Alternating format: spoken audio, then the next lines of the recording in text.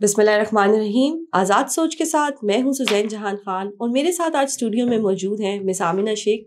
She is the youngest lawyer, youngest MP and she is very pretty. She is a practising advocate. Miss Amina, कैसी हैं आप? Thank you very much, अल्हम्दुलिल्लाह। हमारे साथ studio में मौजूद है हसनात साहिब। हसनात साहिब से आप पहले भी हम सब की मुलाकात हो चुकी है। आज पहला सवाल मैं करूँगी मिस आमिना से, बिकॉज उनका और मेरा प्रोफेशन भी सेम है, तो मैं उनसे एक सवाल जानना चाहूँगी कि हमने 25 अक्टूबर से पहले ही आईनी तरमीम क्यों करनी है, इसकी क्या खास वजह है? Thank you very much Suzanne, बड़ा इंटरेस्टिंग सवाल है और आई थिंक ये वो सवाल है जो आजकल हर चैनल, हर पॉडकास्ट, हर यूट्यूब के ऊपर चल रहा है। मुझे लगता है कि हम गलत चीज़ों से, हमारी नज़र जो है ना वो इतनी जो पोलराइजेशन इतने सालों से चल रही है ना, उसकी वजह से हम लोग, हमारा सिस्टम ही इस तरह बन गया कि हमारी अटेंशन ही गलत चीज़ के ऊपर जाती है। मुझे ये समझ नहीं आ रही, किसी का ये कंसर्न नहीं है कि आईनी तरमीम में क्या है, किसी का ये कंसर्न नहीं है कि पाकिस्तान किन मुश्किलात से, किस तरह के कॉन्स्टिट्यूशनल क्राइसिस से दो चार है, किसी का ये कंसर्न नहीं है कि हम बेहतरी की तरफ इस मुल्क को लेके जाएँ। सबको 25 अक्टूबर, 28 अक्टूबर, रिटायरमेंट की एज, ये बड़ी अनफॉर्चुनेट रियलिटी है जिसकी तरफ आपने इशारा किया है। पाकिस्तान की हिस्ट्री में मैं समझती हूँ PTI से पहले शख्सियात को इस तरह से मुतनाज़े नहीं बनाया गया जिस तरह बनाया जा रहा है। और एक शख्सियत का मेरा नहीं ख्याल इस चीज़ से कोई लेना देना है। एक ड्यू कोर्स में चीज़ें चल रही हैं और वो चलनी चाहिए। क्या हम सिर्फ PTI वालों को खुश करने के लिए या इंतशार फैलाने वालों की तसल्ली के लिए अपना नॉर्मल कोर्स ऑफ एक्शन रोक दें और कहें कि जी 25 अक्टूबर के बाद करेंगे ताकि इनके दिल की तसल्ली हो सके? मेरा नहीं ख्याल कि इस चीज़ में, इसके ऊपर, इसको हमें इंपॉर्टेंस देनी चाहिए। We should be more focused about the content of the तरमीम। ठीक है, आपका पॉइंट आ गया। हसनात सर, मुझे बताइएगा कि अगर कॉन्स्टिट्यूशनल कोर्ट बन जाता है, जिसका एक बज़ाहिर यही नज़र आ रहा है, एक मेला फाइडे कि जी काजी साहब को एडजस्ट करना है या काजी साहब के साथ कोई वफादारी है जिसको निभाना है, तो ये इतना जो जोर लगाया जा रहा है, तो अगर मैम का ही मैं पॉइंट लेके आगे चलूँ कि जी PTI वालों को खुश करने के लिए, तो क्या PTI का ये एक राइट नहीं बनता कि वो कहे कि जी 25 के बाद कर लें, दिसंबर में कर लें, कुछ भी कर लें, लेकिन अभी ही क्यों करना है? क्योंकि हमने क्या काजी साहब को एडजस्ट करना है? देखें, ये 7 तारीख को एक मीटिंग होती है प्राइम मिनिस्टर ऑफिस में। वहाँ ये डिसाइड होता है कि जी डिलिब्रेशंस होती हैं कि हमें फेडरल कॉन्स्टिट्यूशन कोर्ट की तरफ नहीं जाना चाहिए। उसकी इम्प्लीकेशन बहुत है, वकला से रिएक्शन आ रहा है। हमारा जो हामी ग्रुप है वो सुप्रीम कोर्ट बार का इलेक्शन भी आ सकता है और भी हालात। तो हमें जो है वो जैसे मंसूर अली शाह का नोटिफिकेशन करके और तरमीम जो है ये इसके बाद 25 के बाद लेके जाए, ये मामला चलता है। लेकिन जब सारे स्टेक होल्डर से बात होती है तो वहाँ एक तो पीपल्स पार्टी स्टैंड लेती है कि नहीं FCC लाजमी है। फिर फैसला साज भी हैं, वो भी है कि जी इतमाद नहीं है मौजूदा जो अगले चीफ जस्टिस मंसूर अली शाह है, क्योंकि निज़ाम चलाना है। जो काजी फैसल साहब ने गारंटी दी है इस निज़ाम को, उसी तरह की गारंटी चाहिए, उससे कम नहीं चाहिए। तो वो फिर ये होता है कि जी FCC के लिए जोर लगाया जाए। ठीक है, अब जोर लगाया जा रहा है, एक तरफ यानी बंदे तोड़े जा रहे हैं, कोशिश की जा रही है, लोगों के घर छापे लग रहे हैं, कारोबार बंद हो रहे हैं। PTI के लोग, बल्कि उनकी फुटेजेस आ रही हैं कि किस किस MNA के घर जो है वो छापा लगाया गया। अब उसके बाद सूरत हाल ये है कि जो PTI के लोगों से बात की जाए जो रेलिवेंट है, पार्लिमानी लीडर हैं अली जफर साहब, वो ये क्लेम करते हैं कि हमारा कोई सेनेटर आज की डेट तक नहीं टूटा। ठीक है, और उनका ये है कि जी हमारा, यानी इनको सेनेट में मौलाना फजल रहमान के अलावा भी सेनेटर चाहिए, अदरवाइज या अख्तर मेंगल साहब और डॉक्टर अब्दुल मालिक वो सपोर्ट करें और मौलाना करें, फिर इनकी सेनेट में मेजॉरिटी बनती है। ठीक है, अब ये है कि जी जो मामला है कि क्या जो मौलाना फजल रहमान है वो क्या करेंगे। मौलाना फजल रहमान पे ही सारा मामला है। वो कल बताया जा रहा है कि बिलावल भुट्टो जरदारी से कराची में मुलाकात करें। ठीक है, उनकी हसनात साहब, विद ऑल ड्यू रिस्पेक्ट, आप कह रहे हैं कि बंदे तोड़े जा रहे हैं और लोगों के घरों पे छापे मारे जा रहे हैं। अच्छा, नहीं, मैं इसी पे कमेंट करना चाहूंगी। मैं बड़ी देर से इनकी बात सुन रही थी, मैंने कहा कंप्लीट कर लें। इशू ये है कि हम ये बात नहीं समझते कि व्हाट इज पॉलिटिक्स। मुझे समझ नहीं आती, जब PTI लेकर आती है बंदे और अपनी गवर्नमेंट बनाती है किसी का जहाज भर भर के, तो हम कहते हैं जी विकेट गिर गई, क्या शानदार पॉलिटिकल एक्यूमेन का मुजाहरा किया है। तो इस वक्त तो हम एक पॉजिटिव कॉज के लिए कर रहे हैं, उसके अंदर क्या बुराई है? ठीक है, पॉजिटिव कॉज के लिए आप कहती हूँ, no, please let me finish.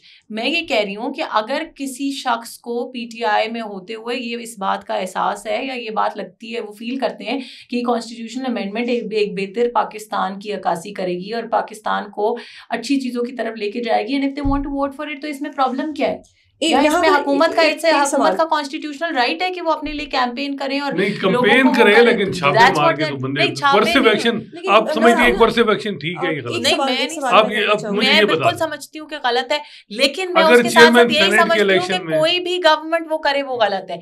ये आप नहीं कह सकते कि आप आज उसको गलत कहें और आप कहें कि पिछले 5 साल वो ठीक था, वो भी गलत था। कोई भी गवर्नमेंट करे गलत है। और मेरा नहीं ख्याल PMLN की गवर्नमेंट ने ऐसा कोई एक्शन नहीं, कौन कर रहा है? नहीं ऐसा कोई एक्शन मेरी नजर में नहीं। PMLN पे एक इल्जाम लग रहा है कि जी 1 करोड़ से लेके 1 अरब तक की बोलियां लग रही हैं, तो इसको आप किस तरह से डिफाइन करेंगी? क्या ये इल्जाम है या एक तोहमत लगाई जा रही है? इस तरह के इल्जामात तो आज तक हमेशा, इल्जामों की स्टोरी कब से शुरू हुई सुजैन? जब 2013 वाला इलेक्शन हुआ उस वक्त 35 पंक्चर का इल्जाम निकला, ना उस इल्जाम से कुछ निकला ना आज तक इमरान खान की। फिर उसके बाद साइफर आया, बीच में पता नहीं बेशुमार सैकड़ों इल्जामात आए, इसने इसको पैसे दिए, इसने इसको ये किया, इसने मुझ पे जानी हमला। तो बात ये कि इल्जामात की कहानी तो एक नेवर एंडिंग स्टोरी है। ठीक है, इस इल्जाम में क्या कोई हकीकत है? कोई मुझे लाके बताए, कोई बंदा आके कहे, उसके पास पड़े 1 अरब रुपए जो आके दिखाए कि जी मैंने ये 1 अरब रुपए लिए, और अगर लिए भी हैं तो किसी हुकूमती नुमाइंदे से लिए तो आके बताए।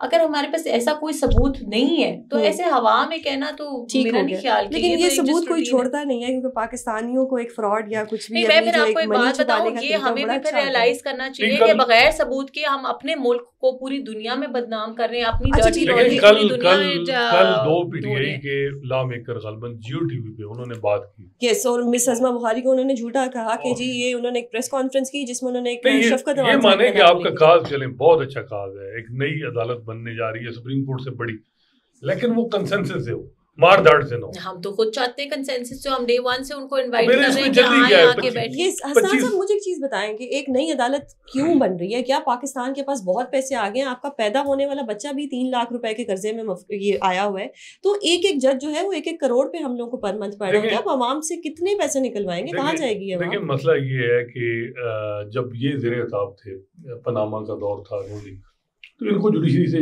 उस तरह रिलीफ नहीं मिलते थे। वो के जसतम मिलदा ने एमन फील्ड में जमानत दी, मियाँ साहब किसी जो भी अंडरस्टैंडिंग या जो भी बैरून मुल्क भी गए या जो भी, लेकिन इनकी सजाएं आखिर में सजाएं खत्म तब हुई जब मामला इनके तय हुई। अब मामला है PTI का। ठीक है, PTI के मामला ठीक नहीं है मुख्तदर हलकों के साथ, लेकिन रिलीफ उनको इस्लामाबाद हाई कोर्ट से कोई ना कोई मिल ही रहा है। उनकी इमरान खान साहब की सजाएं जो है वो सस्पेंड हो चुकी हैं, या वो साइफर जो सबसे स्ट्रॉन्ग केस था मेरे ख्याल वो खत्म हो चुका है।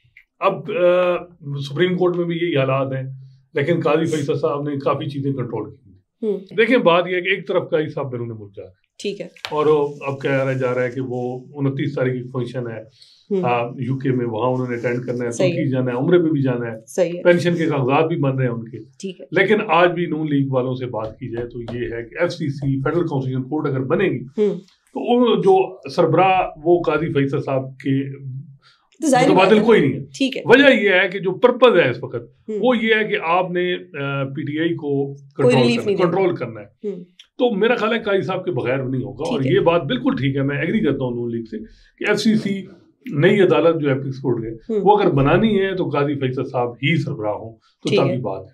अब वो सरबराह होंगे तो वो जज भी फिर उनके होंगे, ठीक है। तो जब जो उनके और हुकूमत के मुझे समझ नहीं आ रही कि हम इस पूरी चीज को इतना ज्यादा पॉलिटिसाइज क्यों कर रहे हैं। और जिस तरह आपने एक बड़ा पर्टिनेंट क्वेश्चन पूछा कि जी अगर PTI की ख्वाहिश है कि आप डिले कर दें तो फिर हम क्या हुकूमतें किसी एक पॉलिटिकल पार्टी की ख्वाहिशात पर चलती हैं? मेरा ये सवाल है सबसे। हमने ये वो एक रोने वाले बच्चे की तरह इनको अदालतों ने बना लिया हुआ है, जैसे एक बच्चा जो है वो लेट जाएगा जमीन पे और कहेगा कि मुझे ये चीज चाहिए, तो जब तक माँ बाप उसके हाथों ब्लैकमेल नहीं होंगे नहीं मुझे क्यों no there is a big difference. उन्होंने क्या किसी हुकूमती इकदाम को रोकने के लिए ये सब कुछ किया? क्या उन्होंने कहा कि जी हुकूमत की फंक्शनिंग जो है वो मेरी मर्जी से हो? उनका जो सवाल था वो बड़ा पर्टिनेंट था, उनका सवाल, और वो मैं तो समझती हूँ लोगों ने बड़ा उस जुमले का मजाक उड़ाया, बड़ी मीम्स भी बनी। मैं समझती हूँ कि उससे बेहतर जुमला शायद ही सियासी तौर पे, क्योंकि बात ये लीडर कौन है? लीडर वो है जो आम आवाम से कनेक्ट करे। क्या आम आवाम को वो कॉन्स्टिट्यूशनलिटीज अगर एक्सप्लेन करते तो उनको वो समझ आती? उनके सवाल का मकसद सिर्फ ये था कि जी मेरा उनका क्या कसूर था? वो शख्स जिसने पाकिस्तान को तरक्की दी, जिसने पाकिस्तान को एटम बॉम्ब दिया, आज तक इंटरनेट दिया, स्कूल, एजुकेशन, हेल्थ, किस डिपार्टमेंट, अगर पाकिस्तान में नवाज शरीफ के मंसूबे निकाल दें तो बचेगा क्या?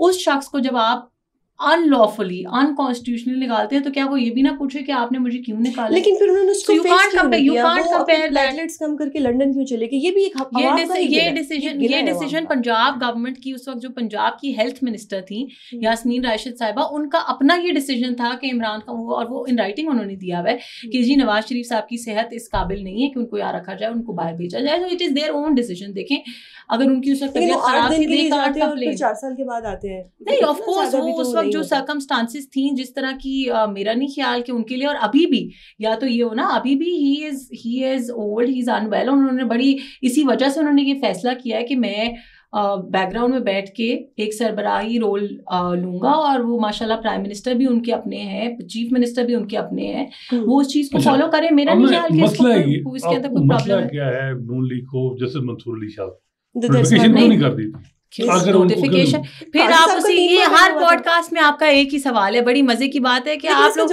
नहीं, इसका जवाब पहले नोटिफिकेशन नहीं। देखिए मेरी बात सुने, अगर उनका 3 दिन पहले हुआ, उससे पहले किसी का 3 माह पहले हुआ है, नहीं हुआ, एक एडमिनिस्ट्रेटिव इशू है। अगर उनका 3 माह पहले हो गया था, पाकिस्तान बनाएंगे अगर उनके टाइम आने पे, उस वक्त नहीं, उस वक्त क्या पहले भाई आईनी तरमीम अगर हो गई, अगर आईनी तरमीम हो गई और अगर इंशाल्लाह जो कि हो जाएगी, अगर पहले मैं आपके अगर को करेक्ट कर दूं, इंशाल्लाह जब आईनी तरमीम हो जाएगी तो उसके बाद जो सर्कमस्टांसेस होंगी उस हिसाब से जो चीफ जस्टिस का उम्मीदवार होगा वो बन जाएगा। हम तो ये नहीं कह रहे कि हम कोई अनलॉफुल चीजें कह रहे हैं, हम ना किसी को ओए ओए करके मुखातिब कर रहे हैं, ना हम किसी की नेम कॉलिंग कर रहे हैं जो हमारी मुखालिफ नंबर पूरे कर रहे हैं। नहीं बिल्कुल नंबर पूरे कर रहे हैं, नंबर पूरे करना हमारा कॉन्स्टिट्यूशनल राइट है। जी बिल्कुल। अच्छा तो वो 63 के और उसके लिए काजी साहब ने 63A का फैसला करके बड़ी राह हमवार कर, उसके लिए काजी साहब ने कुछ भी नहीं किया। 63A कॉन्स्टिट्यूशन का हिस्सा है, और जब तक वो कॉन्स्टिट्यूशन का हिस्सा है उसको आप होल्ड करना चाहिए। नॉट एट ऑल, देखिए नॉट एट ऑल, देखिए 63A क्या, आप तो खुद लॉयर है, यू अंडरस्टैंड है। 63A का मकसद क्या है? क्या आप मुझे ऐसे जुर्म की सजा दे सकती हैं जो मैंने सरजदी नहीं किया? अगर मैं वोट दूंगी तो मुझे सजा मिलेगी ना, अगर मैंने वोट ही नहीं दिया, मेरा वोट काउंट ही नहीं होना, तो मुझे सजा किस बात की मिल रही है? सो या तो आप अभी तो हम कह रहे हैं कि वोट काउंट होगा, बंदा डिस्क्वालीफाई हो जाएगा। That's what I am saying. आपने कोई एक्ट आप करेंगे, आपका वोट काउंट होगा तो आपको fruit of poisonous tree. No, but my question is कि अगर आपने 63A को या तो आप कंप्लीटली निकाल दें ना, जो लोग इसके अगेंस्ट हैं वो अपने नंबर्स पूरे करें, कॉन्स्टिट्यूशनल अमेंडमेंट करें और निकाल दें। ये तो नहीं हो सकता कि कॉन्स्टिट्यूशन में एक चीज मौजूद है और हम कहें कि जी जजमेंट्स के थ्रू हम नया कॉन्स्टिट्यूशन लिखना शुरू हो जाएंगे। That is not possible. ठीक हो गया सर। एक सवाल मैं करना चाहती हूँ कि अभी अगर हमारे कुछ कॉन्स्टिट्यूशनल केसेस हैं, अगर 60,000 की पेडेंसी है और हमारे पास जी 17 जजेस हैं और कॉन्स्टिट्यूशनल केसेस सपोज कर ले कि 2000 हैं हमारे पास, तो क्या उसके लिए एक नया कॉन्स्टिट्यूशनल कोड बनाना चाहिए या एक बेंच करना चाहिए? क्योंकि अभी बेंच और कोर्ट के ऊपर भी एक तनाज़ा है। देखिए कॉन्स्टिट्यूशनल कोड तो अभी 200 केस है 184 की जो पेंडिंग है। ठीक है, मैंने तो 2000 कर दिए। 200 कोर्ट के लिए हम एक पूरा ही नया ये है कि 199 की अपीलें जो बताया जा रहा है, ये जिस तरह चौधरी एतजाज एहसन साहब कल बात कर रहे थे कि ये तकसीम हिंद होगा, ठीक है, सुप्रीम कोर्ट से फाइलें जब फेडरल कॉन्स्टिट्यूशनल कोर्ट में जाएंगी, ये आसान बात नहीं है बिल्कुल। और ये सिर्फ एक अपने फाइलों का बंटवारा, मैं ये कह रहा हूँ, ये पाव गोश्त के लिए पूरी गाय ज़बह कर रहे हैं सिर्फ अपने इस इलेक्शन को बचाने के लिए। हालांकि वैसे ही मैं समझता हूँ लिख के दे देना चाहिए सुप्रीम कोर्ट के जजेस को कि हम ऑडिट नहीं करेंगे, ठीक है, ऑडिट नहीं। लेकिन मसला ये है कि इतना मिसट्रस्ट है और कोई इशू नहीं। सुप्रीम कोर्ट में अगर ये लार्जर बेंच कॉन्स्टिट्यूशनल बेंच बन जाए, कोई क्या इशू? अब पेंडेंसी तो इशू ही नहीं है, पेंडेंसी इशू नहीं है, इशू है इंडिपेंडेंट जज। जो जज इस वक्त जो है वो रिलीज जो जज इंडिपेंडेंट फैसला करेगा उस पे पीटीआई मड स्लिंगिंग करेगी। देखिए आप बताएं इंडिपेंडेंट जज ने भी किया ना, सासों के गुलाम और पता नहीं क्या इमरान दार और इसकी नो बिकॉज़ अगर जजेस नो आई एग्री, बट अगर जजेस इस तरह के कमेंट्स करेंगे, एक क्रिमिनल को देख के कहेंगे कि जी गुड टू सी यू, तो ऑब्वियसली कोई क्या इससे आप क्या बात करेंगे? ये मैं उस केस में मौजूद थी, गुड टू सी यू उन्होंने बिलावल साहिब को भी कहा था, उमर अता बंदियाल साहिब, लेकिन बिलावल साहब जो है वो एक कन्विक्टेड क्रिमिनल नहीं है ना। उस वक्त तो इमरान खान के ऊपर भी प्रूफ तो नहीं हुआ था, कुछ केसेस का डिसीजन आ चुका था, सुप्रीम कोर्ट ने डिसीजन नहीं दिया था, लेकिन लोअर कोर्ट को डिसीजन सामने आप बताएं, आप भी लॉ प्रैक्टिस करती रही हैं कि क्या किसी को एक प्रेमिसेस में से इस तरह से उठाना, हाई कोर्ट की प्रेमिसेस थी वो, फिर उसके बाद सैफुर रहमान वाला केस आया कि जी आप प्रेमिसेस में से किसी को इस तरह उठा नहीं सकते। बेसिकली रिएक्शन तो आवाम का आना ही था। कल को खुदा न खास्ता नवाज शरीफ साहब देखिए मैं बताती हूँ तो एक रिएक्शन आएगा। नहीं, मैं इसके ऊपर आपको एक कमेंट करूँ, मैं समझती हूँ कि सियासत में ऊंच नीचे, क्योंकि मैं फिजिकली उस वक्त वहाँ प्रेजेंट नहीं थी, तो बहुत सारी चीज़ें जब तक आपके पास पहुँचती हैं फैक्ट्स ट्विस्टेड भी होते हैं। बट मैं ये समझती हूँ कि अगर किसी के साथ भी कोई सियासी तौर पर कुछ गलत हुआ है, उनका हक है वो पीसफुल प्रोटेस्ट करें, उनका हक है कि वो ऐवान में अपनी आवाज़ उठाएं, प्रोविंशियल असेंबलीज में, नेशनल असेंबली में, सेनेट में। लेकिन मुल्क के साथ गद्दारी करना, तोड़ फोड़ करना, मुल्क को नुकसान पहुंचाना, कौमी तंसीबात पे हमले, हमारे फौजी जवानों की वर्दियां जलाना, बैरिस्टर गौहर को उठाया उसके नहीं, बाद तो पहले मुझे ये बताएं कि वो किस लिए हुआ ना। 9 मई उस दिन बिल्कुल नहीं हुआ। पहले मुझे ये बताएं, कितनी शर्म की बात है कि जब आपने कानून को अपने हाथों में लिया है तो फिर have the guts to face the law as well. आप जाके पार्लियामेंट के अंदर चुप रहे। मई गलत हो, सुप्रीम कोर्ट में 1997 में हमला, सुप्रीम कोर्ट पे हमला, वो भी गलत था। ठीक है, बिल्कुल। और उसके बाद पार्लियामेंट में छुपना भी बहुत गलत था। पार्लियामेंट को आप शील्ड बना रहे हैं, खुद पार्लियामेंट से हथकड़ियां लगवा के बंदों को रात जिस तरह ढूंढ के करना, पार्लियामेंट की सुप्रीमेसी जो इस वक्त नून लीग कर रही है ना, माशाल्लाह। देखिए नहीं, देखिए एक पहली बात ये है कि मैं समझती हूँ बिल्कुल इस बात पे, मैं कहती हूँ कि पार्लियामेंट की सैंक्टिटी, कोर्ट्स की सैंक्टिटी, जो हमारी कौमी तंसीबात है उनकी सैंक्टिटी को मेंटेन रखना चाहिए। लेकिन किसी और को इसके दो रुख है ना सिक्के के, किसी को ऐसे हालात भी नहीं पैदा करने चाहिए। आप अगर इतने, क्या कोई नून लीग का लीडर जाके पार्लियामेंट के अंदर आधी रात को छुपा जब उनकी गिरफ्तारियां हो रही थी? क्या जब राना सनाउल्लाह पे झूठे केसेस बनाए जा रहे थे और उनकी गाड़ी के अंदर ड्रग्स खुद प्लांट के, क्या वो पार्लियामेंट में जाके छुपे? मैं नहीं कह रही, मैंने पहले आपको कहा कि उनकी सैंक्टिटी को मेंटेन रखना चाहिए, लेकिन इनको शर्म आनी चाहिए कि ये पार्लियामेंट को ऐसे एज ए शील्ड यूज कर रहे हैं। कि हमारे यहाँ जो जमातें ज़ेरे अताब थी, अदालतों से रिलीफ नहीं मिलती। पहली दफा हो रहा है कि जज जो है वो रिलीफ दे रहे हैं, कोशिश कर रहे हैं, हालांकि रिलीफ कोई नहीं है, अभी भी रिजर्व सीटें तो नहीं मिली, कोशिश कर रहे हैं।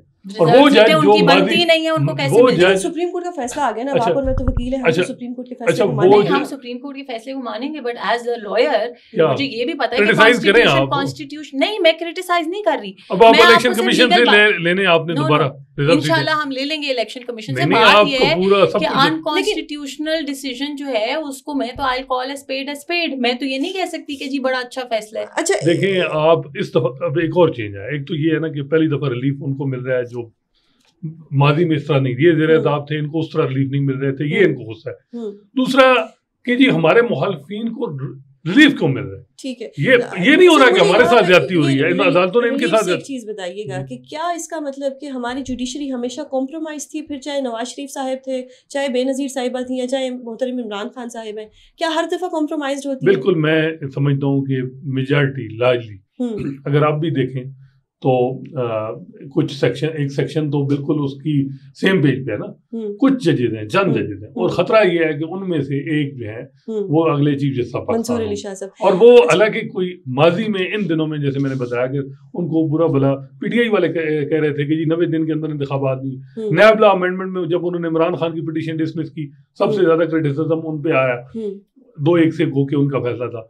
बार बार वो इमरान खान को कहते थे कि आप पार्लियामेंट जाएं। वही जैसे मंसूर अली शाह जिन्होंने 2.5 साल बाद खुर्शीद शाह को बेल दी, और यहाँ जिस तरह की उस पे, तो मसला ये है कि इनको मंसूर अली शाह इस वजह से कि कहीं वो जो है वो कोई रिलीफ बनता है दूसरी जमात को, वो दे दिया तो फिर क्या होगा? देखिए आप मैदान में मुकाबला, आपने क्योंकि रीसेंट पास्ट की बात की है, बात ये है कि मुझे किसी को कोई सीट, मैं अपनी ज़ाती हैसियत में ये कमेंट कर रही हूँ कि किसी को कोई सीट मिले, किसी को कोई रिलीफ मिले, हमें इससे कोई प्रॉब्लम नहीं है। प्रॉब्लम इस बात से है जब कॉन्स्टिट्यूशन की धज्जियाँ उड़ाई जाएं। एज गवर्नमेंट PMLN की इस वक्त जिम्मेदारी है कॉन्स्टिट्यूशन की हिफाजत करना। मुझे ये बताएं कि कॉन्स्टिट्यूशन क्या ही कर रहे हैं सब कुछ? नहीं, कोई भी करे, हम जजेस की बात नहीं करें, हम कह रहे हैं कोई भी करे। आइन का तहफ़्फ़ुज़ करना हुकूमत वक्त की जिम्मेदारी है। मुझे दरामद भी करना, बिल्कुल बिल्कुल अमल, इलेक्शन कमीशन कर रहा है। नहीं एक सेकंड, ये अमल दरामद वाली बात पे भी मुझे let me explain. There are 3 pillars of the state, ठीक है? एग्जीक्यूटिव है, जुडिशरी है और लेजिस्लेचर है। अमल दरामद कराना एग्जीक्यूटिव का काम है, लॉ लिखना, लॉ बनाना जो है वो लेजिस्लेचर का काम है। जुडिशरी का काम सिर्फ उसकी इंटरप्रिटेशन है। यहाँ पे जिस दिन दिल करता है एक जजमेंट दे के नया लॉ बना देते हैं, हम नया आइन लिख देते हैं। कमेटी की मीटिंग हुई, PTI के एक रहनुमा की बात थी, वो कह रहे थे कि ये कहते हैं कि इस दफा हमारे साथ एस्टैब्लिशमेंट है, अदलिया ने बड़ी ज्यादतियां की 2009 से। मौका है हमारे पास कि हम इसको कट टू साइज करें, इसको इनके पर काटें। तो क्या ये एस्टैब्लिशमेंट कल तक पीटीआई के साथ नहीं थी? नहीं, मैं वही कह रहा हूँ कि ये इस वजह से कि क्योंकि ये जो कर रहे हैं, क्योंकि इनकी ताकत का एक बड़ा स्तून इनके साथ है। अब मसला ये है कि आप ठीक है, आपके साथ माजी में गलती हुई, साकिब निसार ने भी गलत किया, साहब ने भी गलत, बहुत गलत हुआ, लेकिन उसका मतलब ये तो नहीं ने इस पूरे मुल्क पर कौम के साथ गलत किया। हमारे साथ कल यही इंडिपेंडेंट जज, अब जस्टिस बाबर सत्तार, वो जज जिनकी अपॉइंटमेंट की मुखालफत सबसे ज्यादा पीटीआई ने, अब उनके लिए अफसोसनाक सूरत हाल है कि जी नून लीग भी ऐसे जज नहीं चाह रहे। मे बी कल फिर इनको जरूरत पड़े। ये इस चीज में जो असल चीज है वो इनको समझने की है कि एजेंडा ड्रिवन कोई भी चीफ जज होगा ना या चीफ जस्टिस, वो उसको सपोर्ट नहीं किया जाएगा, चाहे वो प्रो पीटीआई या प्रो नो। लेकिन एक इंडिपेंडेंट जज है जो कानून और आइन के मुताबिक, उसको तो खुदारा कोई रहने दें, कोई अगर कोई क्रेडिबिलिटी थोड़ी बनती है। मैं कल जो एहतजाज हसन साहिब है, आपके भी सीनियर है, मेरे भी, उनसे हम बहुत कुछ सीखते हैं। उन्होंने कल मतीउल्लाह जान साहिब के शो में कहा कि जी ये जो सब कुछ हो रहा है ये सिर्फ मंसूर अली शाह को अवॉइड करने के लिए हो रहा है, जबकि वो पीपल्स पार्टी का एक नैरेटिव लेके चलते हैं। तो अगर वो ऐसा कह रहे हैं कि जी मंसूर अली शाह को अवॉइड करना है, तो इस पर आप क्या कमेंट करेंगे? देखिए, ये उनका पर्सनल ओपिनियन हो सकता है, मेरा नहीं ख्याल कि या ना ही ये हुकूमत का मौक़िफ़ है, ना ही ये हुकूमत की इत्तेहादी जमातों का मौक़िफ़ है, क्योंकि अगर ऐसा होता तो डेफिनेटली हमारे तर्जुमान है फेडरल में भी, प्रोविंशियल गवर्नमेंट्स में भी, वो जरूर आपको ऐसा कुछ बताते। तो ये एक बंदे की, एक शख्स की पर्सनल वो हो सकती है। I have immense respect for him as a lawyer. आप एडवाइस कर रहे हैं कि उनको चीफ जस्टिस पाकिस्तान बनाए? किनको? मंसूर अली शाह साहब। नहीं, ये मैं क्यों एडवाइस करूं? मैं तो आपको पहले कहा कि ये तो एक एडमिनिस्ट्रेटिव इशू, ये एग्जैक्टली एज यू सेड। मुझे समझ नहीं आ रही कि why is there so much hype around his notification. ये तो हाइप आपने क्रिएट किया है। आज अगर कहें कि कॉन्स्टिट्यूशन नोटिफिकेशन हो जाना चाहिए ताकि जो हम लोग इल्जाम लगा रहे हैं ना वो नहीं। दूसरी बात ये है कि कॉन्स्टिट्यूशन अमेंडमेंट अगर ये 25 के बाद हो जाए तो क्या मतलब, क्या वजह है कि पहले ही कई साल असल में मसला ये है कि जो हमवार का अभी हसनात साहब, मेरा एक सवाल है आपसे। यूजुअली मेरा ख्याल है जब आप लोग ऐसे सवाल करते हैं तो लोग आपको अपनी डिफेंस स्ट्रेटजी के तौर पे बताते होंगे कि जी ये बात है, ये बात है, ये बात है। मेरा तो आपसे काउंटर क्वेश्चन है, क्यों 25 के बाद हो? मुझे इसका कोई आप जवाब दे सकते हैं? If we have a logical answer from you for this answer question कि जी क्यों हो 25 के बाद, क्या इसके कोई बड़े 5 चीफ जस्टिस के बाद पहला चीफ जस्टिस आया जो नून लीग को सूट कर रहा है, काजी फैसल साहब। मैंने देखा साकिब निसार काफी ज्यादा हॉस्टाइल थे, आसिफ सिद्दीक खोसा हॉस्टाइल थे, गुजार अहमद भी इनके पेज पे, उमर अता बंदयाल भी नहीं थे। काजी फैसल साहब ने सारी हदें क्रॉस करके इनको बराबर किया। जो चार चीफ जस्टिस ने किया, 4 चीफ जस्टिस ने किया, उन्होंने बैलेंस करने की कोशिश की। अब मसला ये है कि इनको ये है कि ऐसा ही चीफ जस्टिस चाहिए। हालांकि मंसूर अली शाह ये भी मानते हैं कि वो कोई एजेंडा ड्रिवन नहीं होंगे, लेकिन उनके बारे में ये तस्वुर आता है ना कि जो फॉर्म 47 और फॉर्म 45 का हमने हालांकि मैं समझता हूं नहीं, वो देखिए मेरा ख्याल है वो नहीं होगा। वजह ये है कि अगर वो कर भी लें, हुकूमत ये इलेक्शन कल अदम हो जाए, ये जो भी दोबारा केयर टेकर आनी है, आप कैसे गारंटी देंगे कि इलेक्शन होंगे? ठीक है, निजाम इस तरह नहीं है, उसके लिए पीटीआई को अपनी पॉलिटिकल स्ट्रेटजी बनानी होगी। हुकूमत ऐसे नहीं जाएगी। ये अप्रीहेंशन हैं और इन्हीं अप्रीहेंशन की बुनियाद पे, और मुझे लग रहा है कुछ लोग गलत मिसगाइड कर रहे हैं अपने पर्सनल बेनिफिट के लिए कि जी मंसूर अली शाह आ गए तो ये हो जाएगा। इस वजह से पूरे इंस्टीट्यूशन को, और ये इतना बड़ा रिस्क ले रहे हैं कि हालांकि मैं समझता हूँ कि मंसूर अली शाह आ जाए तो इनके लिए कोई नहीं है, एक क्रेडिबिलिटी आएगी, सिस्टम में चलेगा। लेकिन जो ये कर रहे हैं उसके बाद देखें, तक मुझे इस बात का जवाब नहीं दिया कि 25 के बाद क्यों होनी चाहिए तरमीम। ये जवाब देखिए, इसका कोई जवाब है ही नहीं किसी के मसला ये है कि जो कोर्सिव एक्शन, बात ये है कि आप लोग सब लोग पीटीआई के प्रेशर से इतना मुतासिर हो चुके हैं और आप चाहते हैं कि हुकूमतें भी मुतासिर हो जाए। बट आई एम सॉरी, हुकूमत किसी किस्म का प्रेशर लेने के लिए नहीं, हुकूमत को किसी हुकूमत तो प्रेशर देती है नहीं, लेकिन ख्वाहिश तो शायद यही लग रही है तमाम मीडिया वालों की और पीटीआई वालों की कि हुकूमत उनके प्रेशर में आके जो है गलत फैसले लेना शुरू हो जाए। लेकिन हुकूमत किसी का प्रेशर नहीं लेती, कोई भी प्रेशर ले रही है। हुकूमत प्रेशर दे रही है, हुकूमत लेना चाहिए, हुकूमत तो बकायदा प्रेशर ऐसा दे रही है कि जो लोगों के आइन तोड़ने वालों को तो हम प्रेशर देंगे। देखें, आइन ये कौन डिसाइड करेगा कि आइन इस वक्त किसने तोड़ा है? आइन तो ब्लैक एंड व्हाइट है साहब, आइन इज ब्लैक एंड व्हाइट। यही तो इशू है, हमने अदालती फैसलों के थ्रू आइन को ग्रे करने की कोशिश कर दी है। आइन ब्लैक एंड व्हाइट। इस वक्त इनको ऐसे जज भी चाहिए जहां से रूलिंग आए कि आइन भी उन्होंने तोड़ा है, जो ज़ेर-ए-ताब है, ठीक है, और हम तो आइन की सरबराही। ये तो आने वाला जो हफ्ता है ये बड़ा इंपॉर्टेंट है, और मैं सामने आपका बहुत शुक्रिया कि आपने इतना इसको अच्छे से डील किया। और सर आपका और मेरा तो मोस्टली समझा जाता है कि आप और मैं सेम पेज पे हैं, बट मेरा एक सवाल हमेशा मेरे जहन में ये रहेगा कि ये कोई चार्टर ऑफ डेमोक्रेसी में तो लिखा नहीं गया था कि जी ये जो आईनी तरमीम होनी है ये 25 अक्टूबर 2024 से पहले होनी है, तो फिर हुकूमत को इतनी क्या जल्दी है? और अभी हम देखेंगे अगले 3-4 दिनों में कि किस तरफ ये जो ऊँट है ये किस करवट बैठेगा। मैं सामने आपका बहुत शुक्रिया सर, आपका भी बहुत शुक्रिया। अगर आपको हमारा चैनल पसंद आए तो उसको लाइक और सब्सक्राइब जरूर कीजिएगा। अल्लाह हाफिज़।